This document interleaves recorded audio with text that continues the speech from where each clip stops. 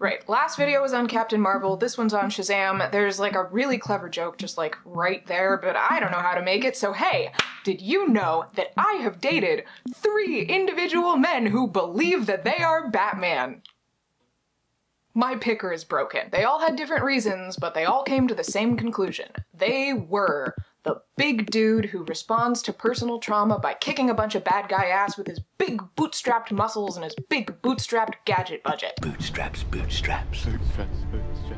I am hardly the first person to make the observation that the Grim Dark Knight, as we know him here in the early aughts, is the epitome of a lot of dominant cultural ideals of masculinity, and the ever-presence of the Batman is cool and Superman is boring take just kind of says a lot. But men, gents, lads, my dudes, y'all are kind of going through something right now, aren't you? I do my best not to generalize what a bunch of people who aren't me are thinking, but at the point when the accepted norms of the masculine gender role are failing us and it is time to rethink what it means to be a man in a kinder and more expansive way is literally being used to sell shaving cream, I think it's safe to say that we are having a cultural moment. So I don't know, if Batman is not working for you and Superman is only getting worse by the day, where do you go from there? Well, you might come up with something that looks a lot like 2019's Shazam. Billy, a 14-year-old foster kid with a history of running away from home because he's got a real mom, has greatness thrust upon him by a desperate wizard, yes,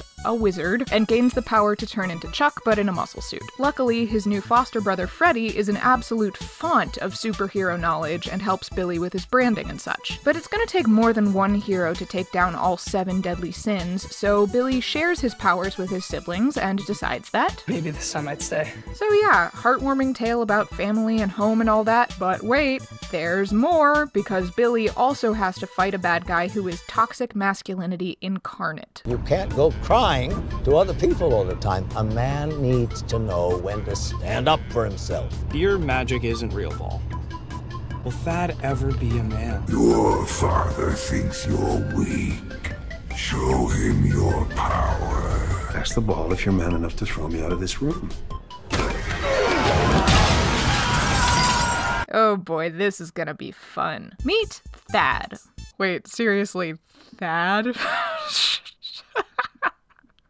Okay, this is Thad. He's trapped in a car with his brother and his dad, but he's got a doodad that makes him glad. His bro Jack's the toy, and that makes Thad sad, and Thad being sad makes Thad's dad mad. See, Dad doesn't like it when lads get sad. You might say Dad wants Thad to be more of a Chad. But Thad has been had, and now Thad is sad, but now he's got it back. Take a look at the doodad. It's less like a toy than a broken iPad, and now Thad's answering a fantasy want ad. A granddad who's clad like a magical nomad wants to find out if Thad has the heart of Sir Galahad, so he's got a test, if you will, undergrad. See, these guys are sins, and we all know that's bad, but they've got the power to make Thad a Chad and to prove to his dad that he's one of the lads. Thad thinks that's grand, and that proves that he's bad, so Granddad doesn't want Thad for his comrade. He ditches him via a magic launch pad and sends him back to his own siege of Leningrad. Thad spends his life proving he hasn't gone mad, and one day he's right, and, well, then things get bad. Thad sets out to prove to his dad he's a Chad, and then it's just f***ing carnage. Look, you don't need me to explain this to you. Toxic masculinity bad. Thad. Which isn't to say that this is like inherently bad because it's blunt. Blunt is good sometimes. Bullying your kid into a narrow and heartless vision of masculinity will originate a comic book villain and also get you killed is at least a solid sentiment with which to whack an audience upside the head, and living in a cultural moment where a cartoon version of toxic masculinity is acknowledged to be bad universally enough to work in this context definitely beats the alternative. I'm not like mad about Thad, it's just that blunt is also limited. Like, what actual human is actually going to identify with Thad's cardboard cutout of a dad and brother? It's very obvious that these aren't real characters with nuanced points of view. They're punching bags spouting simplified versions of talking points to dole out wedgies. And there are other problems with this particular storyline that emerge with even the smallest amount of scrutiny. Some of it's just technically messy. This car crash is pretty much entirely extraneous and makes it seem like Dad is dead until 45 screen minutes later when Thad goes to finish the job. And that confrontation centers the idea of material wealth as Dad's definition of power. You honestly think all this material you've accumulated amounts to actual power? This is power. When the only other time we've seen him, it was fighting one's own battles and not playing with toys. I said no toys at grandfather's. You can't go crying to other people all the time. A man needs to know when to stand up for himself. But more troubling is what this sets up for our heroes. Thad's whole deal is gaining power in order to defeat his bullies in a display of strength. That's evil, is the idea. That impulse is exactly the reason little Thad didn't get to become Shazam. Only the purest of hearts can resist their temptations. So it would make sense if the kid who did get to become Shazam, didn't do that, or at least saw the error of his ways at some point. But one of the first things Billy does with his new powers is take revenge on the kids who bully Freddy by dropping their car off a building. And when Freddy gets his own powers and has the opportunity to save the bullies from death by Ferris wheel, he does via direct retaliation. Give me the suitcase wedgies! Obviously, neither of these moments are equivalent to Thad throwing his brother out a window and sicking bloodthirsty demons on Dad and his innocent employees, but we're still looking at a model of tit-for-tat, might makes right revenge that's framed as pure evil when Thad does it. You can't go crying to other people all the time. You can't go crying to other people all the time. And justified vengeance when Billy and Freddy do. Yeah, I got a little something called a suitcase wedgie. Give me the suitcase wedgies! So the message here is that the problem with using newfound strength to dole out punishment for personal injustices is really just a matter of degrees. Or worse, that toxic behavior is only toxic when toxic people do it. And that's, well... In researching this video, I did find a Medium post by a guy who says that Thad's backstory helped him to finally understand what toxic masculinity is. But what he describes learning is that toxic masculinity is very specifically when men bully other men, that men who are not big muscly jocks are necessarily victims, not perpetrators of said toxicity, and that calling out entitled Star Wars fans who don't recognize their own misogyny is a gross misuse of the term and, in fact, part of the problem. So that's not great. It seems to me that a lot of the conversation around woke messaging in media tends to revolve around this kind of blunt object type of story element. Stuff that's impossible to miss. Really makes you think. Boy, oh boy, do we live in a society. And, you know, when that's done much more carefully and coherently than it is here, that's got its place. But personally, I am much more interested in the subtleties. Dominant cultural narratives get established and reinforced at least as much in subtext and peripherals as in central, obvious messaging, so it makes sense to take at least some of the fight to dismantle them there too.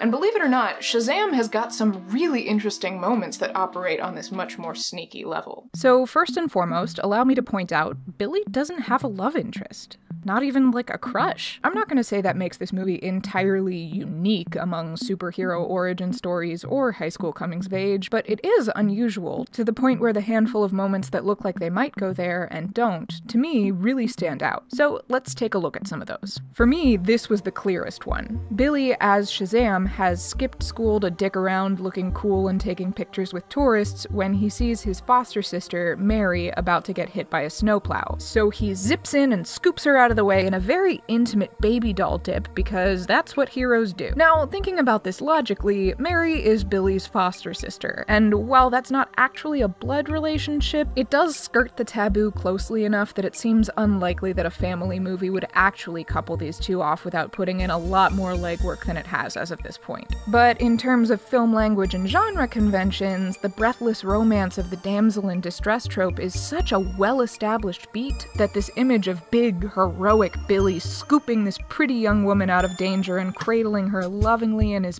big, strong arms. I mean, tell me you're not going there too, at least a little bit. But Mary doesn't behave like a damsel. She doesn't, "Oh, my hero." She behaves like a person who's preoccupied enough that she just absent-mindedly walked into oncoming traffic. This has been such a weird day. Instead of swooning over the big, strong man who just saved her life, she offloads her troubles on this person who is, to her, a total stranger. And Billie, awkwardly and misguidedly, tries to help her. It's really easy to see how this moment could have been played for a very particular comedic beat, where Mary walks away with a butterflies in the stomach story about how Philadelphia's own superhero saved her life, and she vows never again to wash the spot where his big, strong hand gripped her delicate, helpless shoulder, and then she finds out that it was her brother. Oh my god, ew, ew, ew. Instead, it's a very genuine familial moment that centers Mary's conflict as much as Billie's, and puts the pieces in place that later establish Mary as the smart one and give her some stuff to do. She's like a real person with real wants and needs and inner conflict and plot agency. Ain't that neat? But okay, as I said, she's his sister. Outside of this shot, she's hardly the likeliest candidate for Billie's kissing partner. So, what about this other damsel? The first night Billie becomes SHAZAM, he and Freddy start testing out his powers when they hear some high-pitched screaming and notice this shady character trying to steal this helpless woman's purse. With some encouragement from Freddy, Billie dashes in to save the day, only to find out that the source of the screaming is actually the mugger who has been pepper sprayed by the distressed damsel. What, you thought she couldn't take care of herself, you filthy misogynist? Trope subverted. Get woke, bro! Nah, I mean, this is fine. It's Billie's first attempt at being a hero, and he clumsily sticks his nose where it's not needed. That works. But what I find really interesting here is the fallout. It'd be easy to write this moment as Billie trying to save face by being smooth and putting the moves on this, by all conventional standards, very attractive woman. Instead... Yeah, Mr. Mugger guy, give the old lady her purse back! I'm your age. Okay, so I do want to at least briefly acknowledge that the standard for when women are considered old, particularly in a romantic context, trends in the absurdly young direction. Data collected from OkCupid in 2015 shows that while women seeking men tend to prefer partners approximately their own age, men seeking women on average prefer partners aged 20 to 23, regardless of their own age. Calling this woman, who looks to be about my age, old in a joke whose butt is a little unclear absolutely has the potential to reinforce some harmful societal standards. I was 23 the first time that a guy about my age, a little bit older in fact, dumped me for a girl 5 years younger than me. And he wasn't even one of the ones who thought he was Batman. But consider, if you will, by way of comparison, a more time-honored story about a 13-year-old boy who finds himself in an adult body and face to chest with a beautiful adult woman. That's right, fuckers, I'm coming for Big!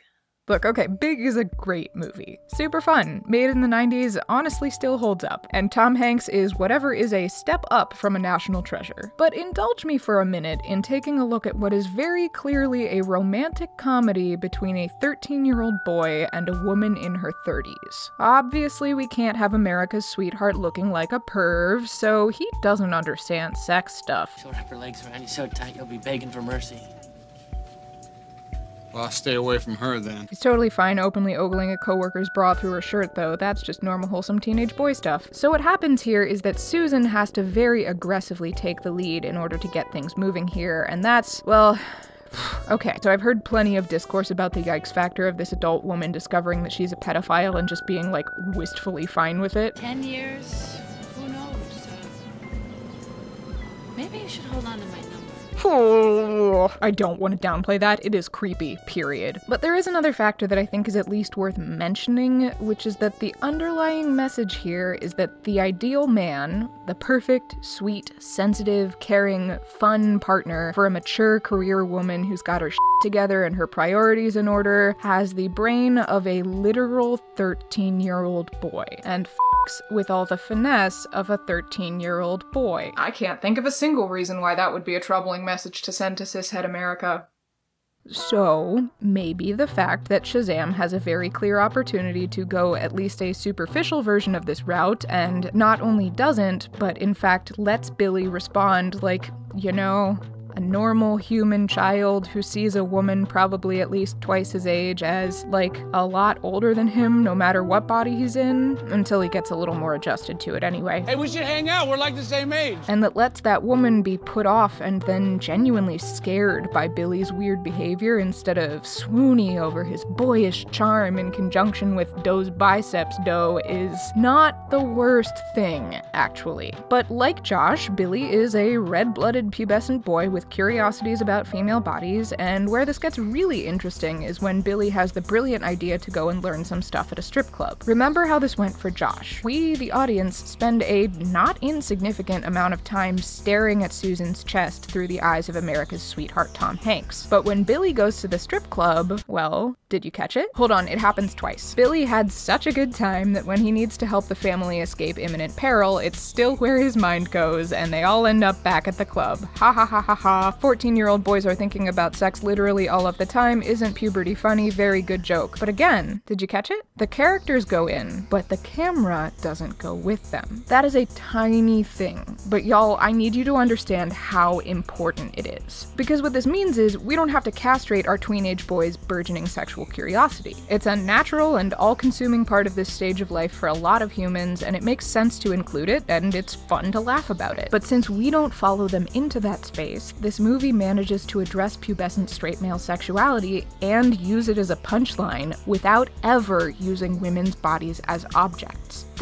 Seriously, that is huge. The challenge of portraying sexual curiosity for sexual curiosity's sake without dehumanizing its momentary objects is a subtle and tricky one, and this movie threads that needle with a frankly surprising deftness of hand. And that's not even all. It rejects the idea that this particular kind of sexuality is necessary to masculinity by having Pedro, otherwise the most stereotypically manly foster brother in his stoic pursuit of swollenness, express a genuine lack of interest without shame. Not my thing. And it even, arguably, gives a blink and you'll miss it validation of sex work as work. We're gonna need more money.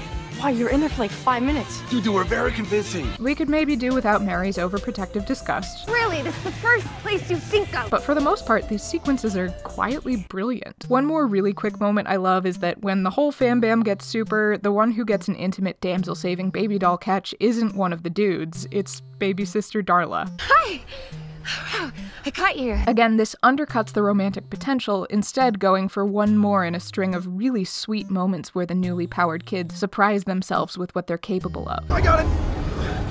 I got it! Oh my god, I do got it. Also, honestly, unrelated, but please indulge me for a moment, Darla getting all starstruck when she realizes she just saved Santa Claus is among my favorite movie moments of the year so far. Wow, it's really you.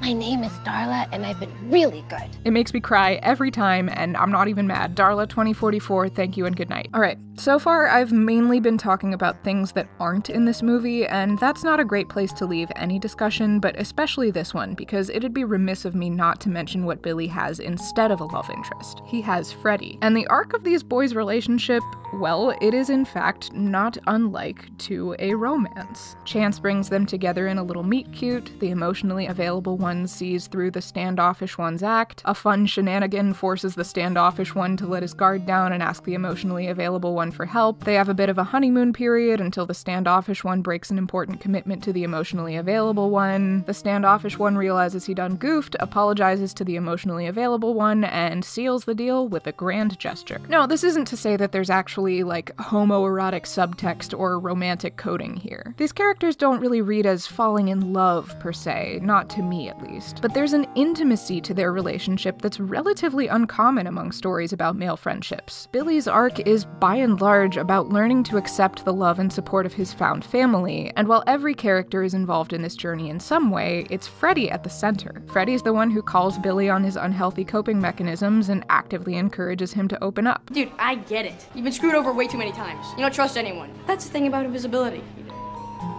Manageable by yourself. He's the one whose closeness makes Billy panic and run. Maybe to this superhero gratitude doesn't mean having to be clingy. Maybe sometimes a superhero just wants a little me time. You know, me time could also be construed as pushing away his family. Family? Is that what they are now? He's the one Billy immediately turns to when he accepts that his biological mother isn't his real family, and he's the damsel Billy's got to rescue. Freddie, you were right.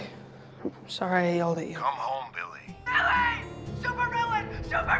There's a moment I just absolutely love when Thad's chasing the family and Billie scoops Freddy up and runs him to relative safety. Not Pretty Mary, not baby Darla, Freddy. They're a pair. Billie's need to open up and get emotionally vulnerable is a relatively common element of stories about male protagonists, but it's a need that tends to be resolved with the help of a romantic entanglement with a woman. And this dynamic is common in actual real-world relationships between women and men as well. In her 2019 article for Harper's Bazaar, Men Have No Friends and Women Bear the Burden, Melanie Hamlet writes, "Women continue to bear the burden of men's emotional lives, and why wouldn't they? For generations, men have been taught to reject traits like gentleness and sensitivity, leaving them without the tools to deal with internalized anger and frustration. Unlike women, who are encouraged to foster deep platonic intimacy from a young age, American men, with their puffed-up chests, fist bumps, and awkward side hugs, grow up believing that they should not only behave like stoic robots in front of other men, but that women are the only people they are allowed to turn to for emotional support, if anyone at all. This dynamic places incredible pressure on women who date men to single-handedly provide their partners with a small army's worth of friendship and therapy, and leaves men, especially straight cis men, drowning in feelings they're unequipped to process. With all that in mind, there is something softly radical about a story about a boy protagonist's need to take down his walls and defenses and accept and offer love, getting him there not with the help and guidance of a mother figure, not with the sympathy and tenderness of a lady love interest, but with the relentless care and love of his bro, in multiple senses of the word, who models an emotional honesty and vulnerability that can coexist with good-natured ribbing. If we want to build a world with fewer Thads and more Billies,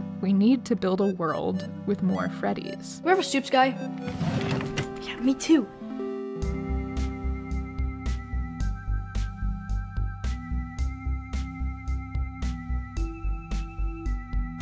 Thank you so much to my patrons for making this video possible, with a very special thank you to Michelle, Kaya, Critters Mai, and Barry. If you liked this video and you want a totally different kind of deconstruction of a totally different kind of narrative about masculinity, then you should watch Boyform's video, Looking Back on Boys Don't Cry.